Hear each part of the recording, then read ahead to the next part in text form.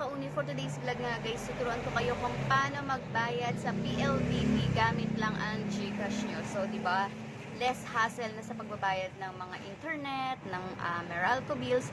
Kasi sa GCash guys, pwede na kayong magbayad yan. So, panoorin nyo itong tutorial na gagawin ko kasi ituturo ko sa inyo kung paano tayo magbabayad ng internet or ng PLDT sa GCash.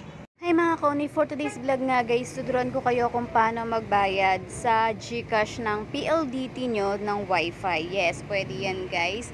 At make sure lang guys na naka-update ang ating GCash para hindi tayo mahirapan mag-open. At kapag naka-open na natin yung ating GCash account dyan, is madadirect na tayo dito sa GCash. So medyo matagal yan kasi nga hindi naka-updated yung aking GCash.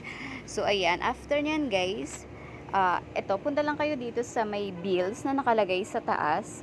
So, easy na magbayad ng bills, guys. Pati, pati Meralco bills ay pwede kang magbayad dyan sa GCash nyo. Basta, naka-update yung ating GCash at magagamit natin lahat ng pwedeng bayaran natin dyan. So, kung hindi nyo mahanap yung PLDT, pwede nyo i-search dyan sa taas, guys. So, diba, hindi ka na pupunta sa mga PLDT para magbayad kasi pwede ka na magbayad sa GCash. Less hassle. So, ilagay mo lang sa taas yung amount na babayaran mo at make sure na tama yung babayaran mo kasi minsan guys, si GCash nagkakaroon ng penalty. So, ayan. Tapos, lagay mo lang yung account number mo dyan. Double check mo rin yung account number mo.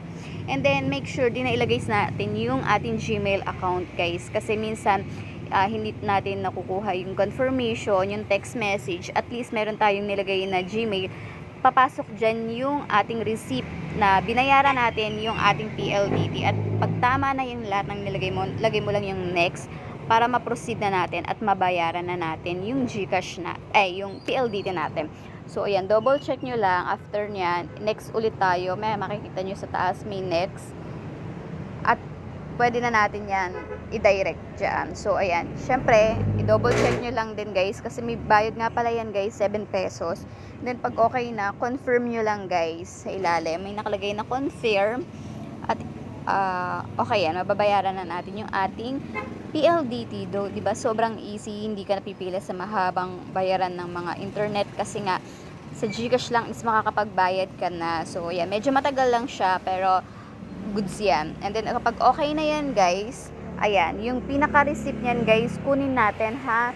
Para double check kasi para meron tayong katibayan na nagbayad tayo. So, ayan, download nyo lang yan, guys. Merong arrow down dyan, ida-download nyo lang. At mapupunta na yan sa gallery nyo. So, hindi nyo na kailangan i-screenshot kasi pwede yan ma-download. So, ganun lang magbayad ng internet sa ating GCash account. So, kung ako sa inyo, guys, itry nyo na yan para hindi na kayo nahihirapan pumunta pa sa PLDT para lang magbayad. So, yun lang guys. Thank you for watching.